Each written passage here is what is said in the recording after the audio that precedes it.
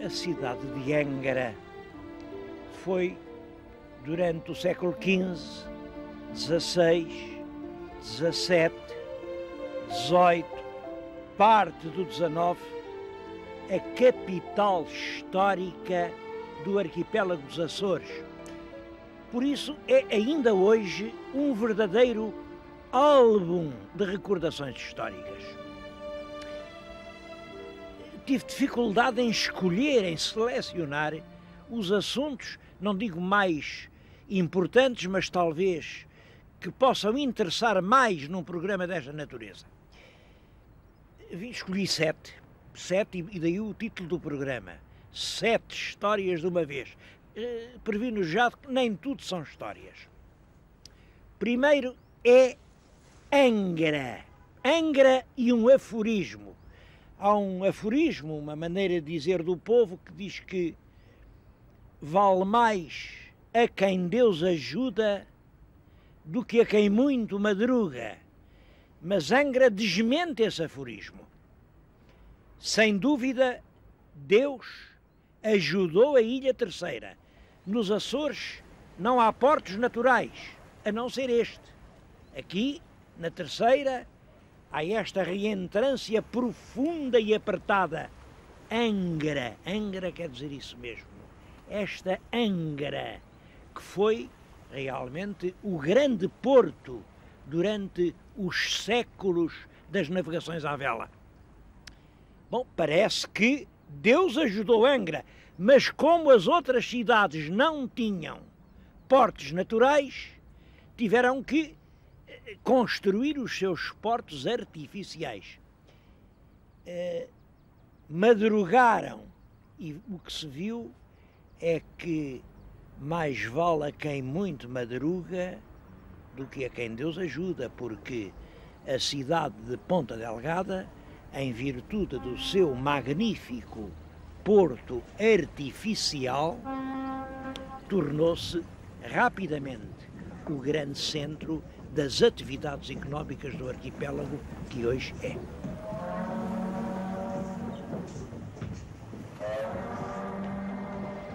Os inícios do povoamento da Ilha Terceira estão ainda cobertos de mistério.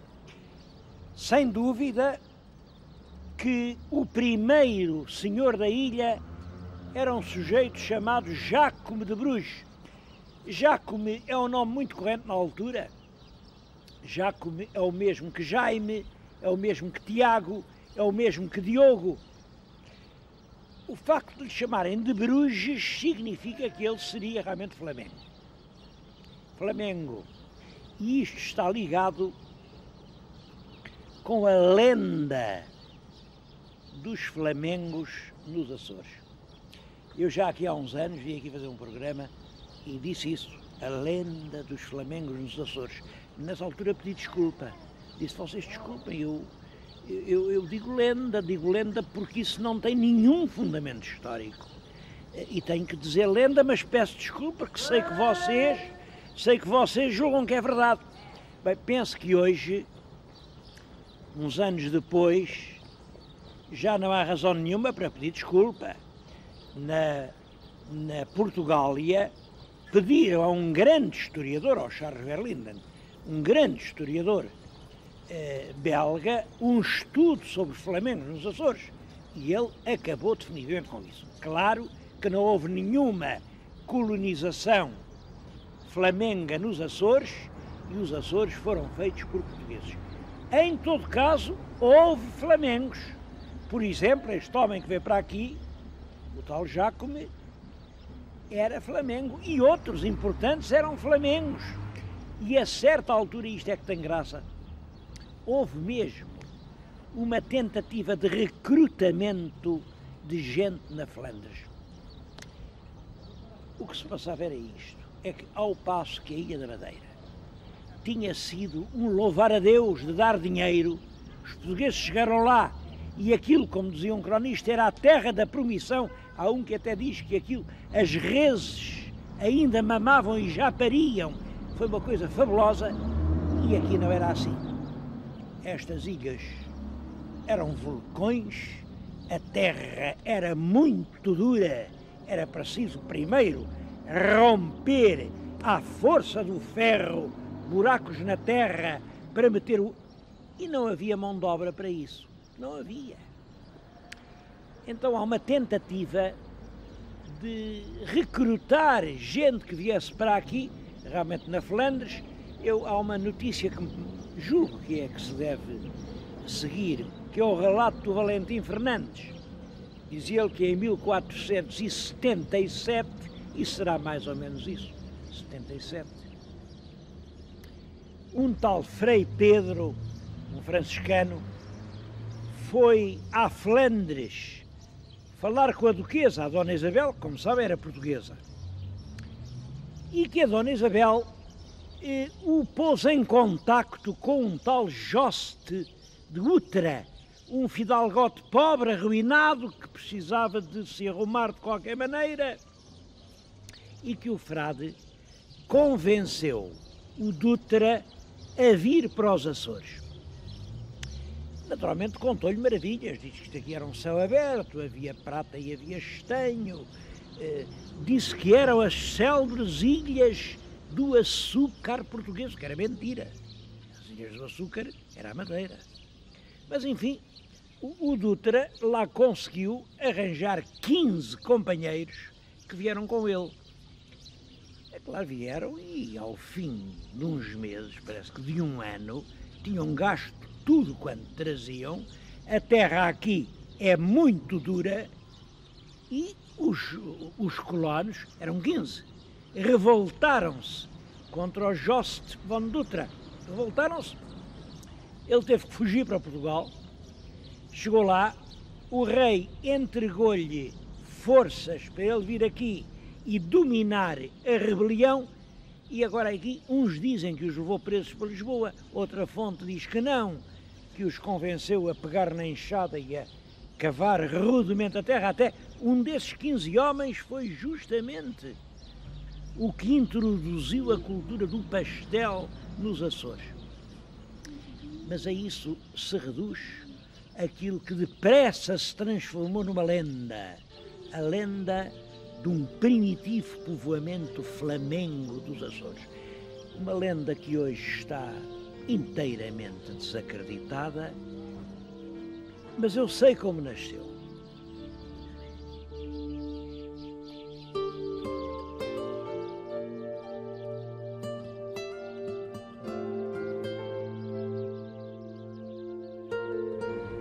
Aqui a este sítio chamavam o Porto das Pipas.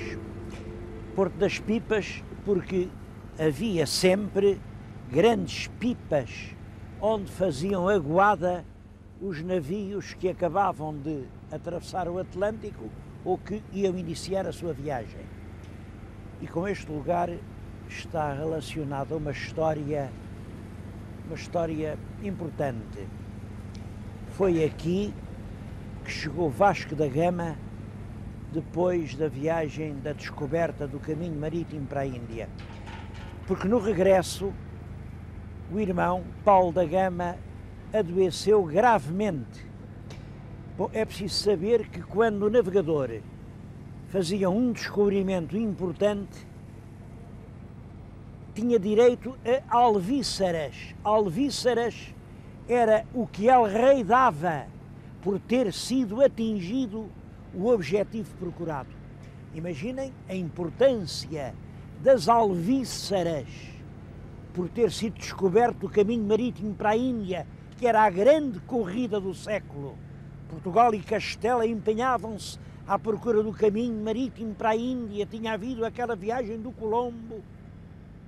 Claro que todos queriam ser os primeiros a chegar.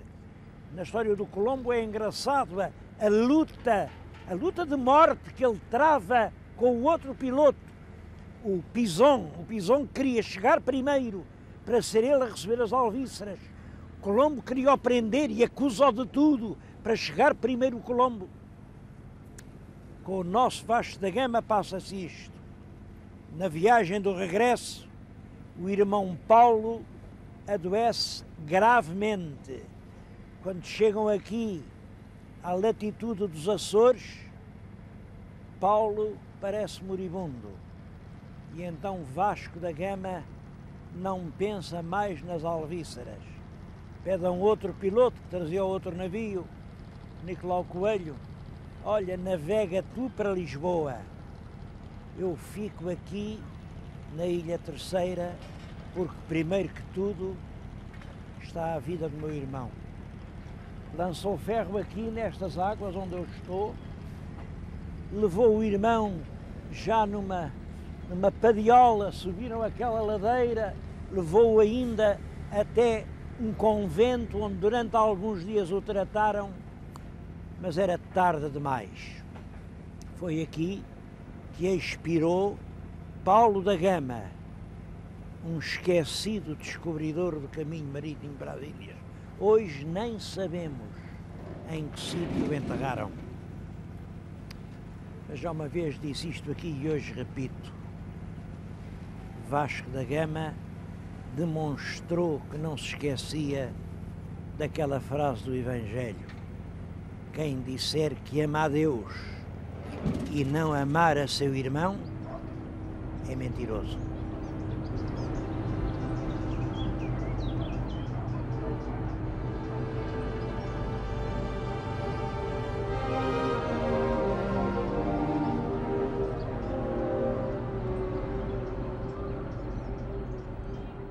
A viagem de Vasco da Gama, como a viagem do Cristóvão Colombo, vieram revelar toda a importância que as ilhas dos Açores tinham para as comunicações entre os continentes. Reparem que os Açores ficam quase a meio caminho entre a Europa e a América. Quem vinha do velho continente e ia para o novo, tinha aqui ilhas onde meter água fresca, onde desembarcar os doentes, onde renovar os víveres. Mas a escala servia também para quem ia para o Brasil, para quem vinha da Índia. Os Açores tornam-se então a principal escala marítima do Atlântico. Bom, e é isso que explica que durante a monarquia filipina, creio que o Filipe III, tenha mandado construir no Monte Brasil, aqui, à entrada da Angra, uma imponente fortaleza. Estes muros que estão a ver foram, durante o século XVII, o principal baluarte fortificado em qualquer das ilhas do Atlântico. Era aqui na Ilha Terceira que faziam base as armadas que lutavam contra os corsários. Os corsários vinham aí como vespas à babugem dos navios que traziam a prata e o ouro das Américas. Isto aqui era uma base da maior importância.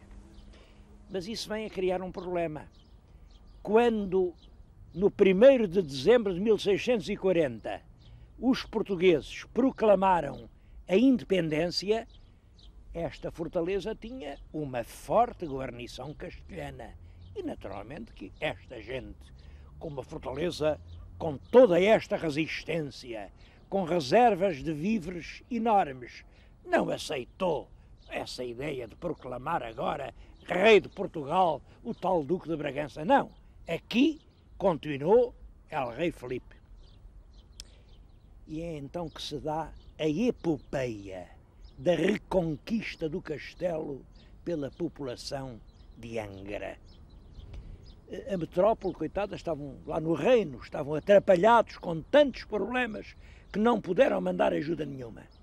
Mas a população açoriana, sobretudo os terceirenses, durante cerca de um ano, fizeram uma guerra sem quartel ao castelo. Eles não queriam saber, aqui é que havia mais armas, havia canhões, podiam destruir a cidade.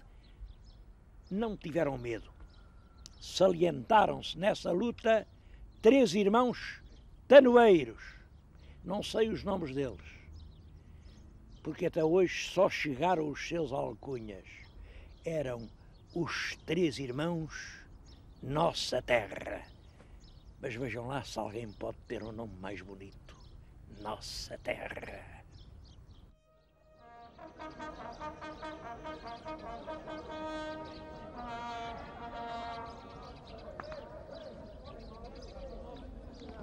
E com os irmãos Nossa Terra contei 4 histórias. A quinta vai ser mais triste. Esta casa que vêem na vossa frente serviu de passo a El Rei de Portugal durante longos 5 anos. É exatamente a terceira janela a contar da esquina. Era ali o quarto do rei Dom Afonso VI. Houve aquela Revolução de Lisboa. Coitado, o rei não dizia coisa com coisa, ele mal podia falar. O rei não tinha movimentos, era hemiplégico, não podia dar um passo, não percebia o que lhe diziam.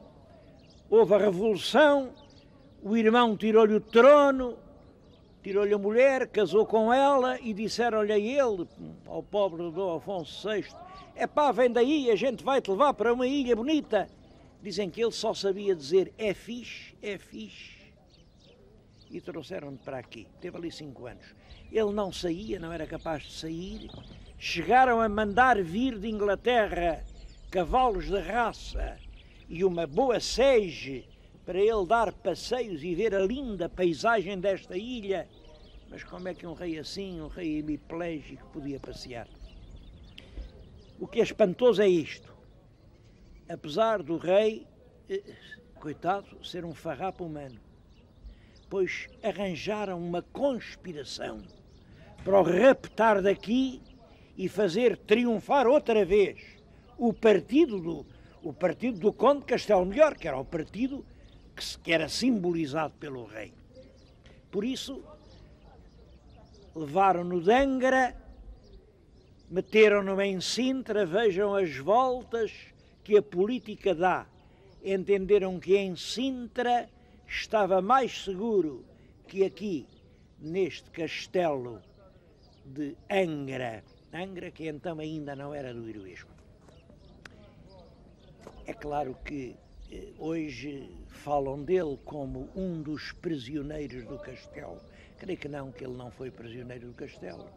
Ele foi prisioneiro de si próprio. Há muitas formas de prisão, formas atrozes, mas acho que a pior de todas, a única que não tem libertação possível, é a de sermos prisioneiros de nós próprios.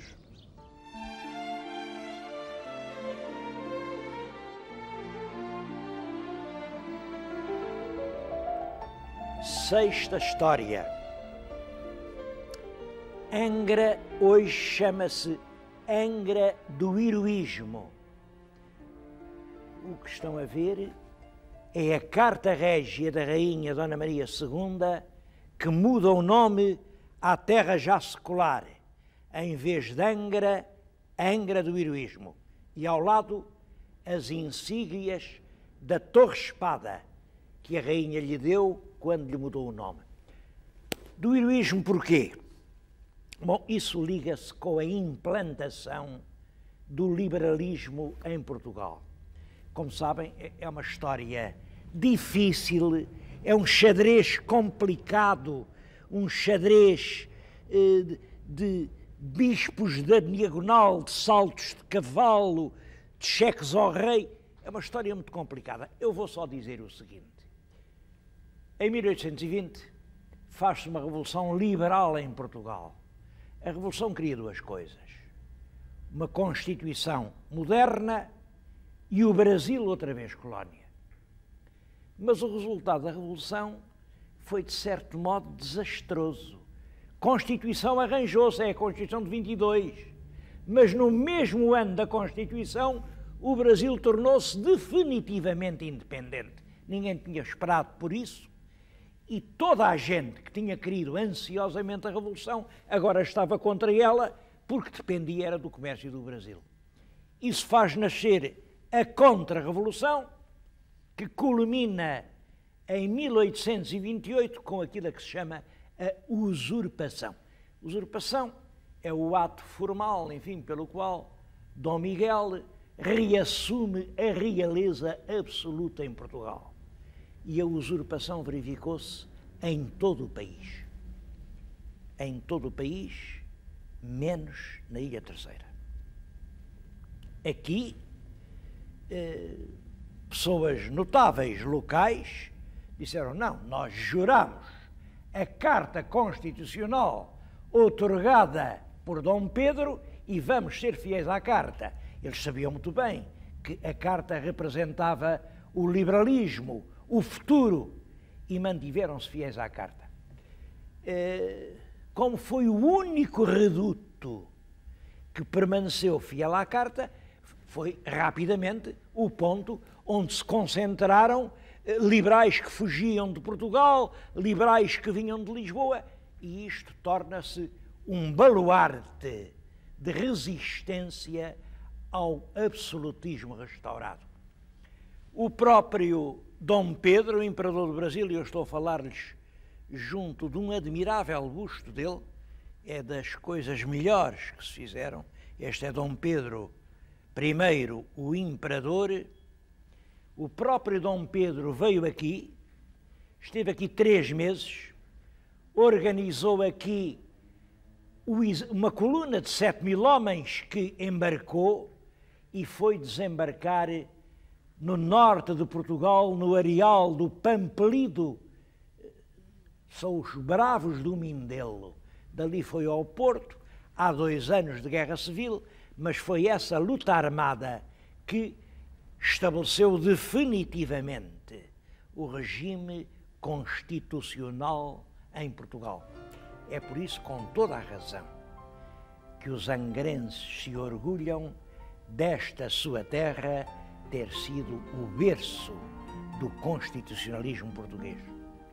E foi isso o que a rainha quis agradecer quando lhe mandou a Torre Espada e quando lhe mudou o nome, Angra do Heroísmo.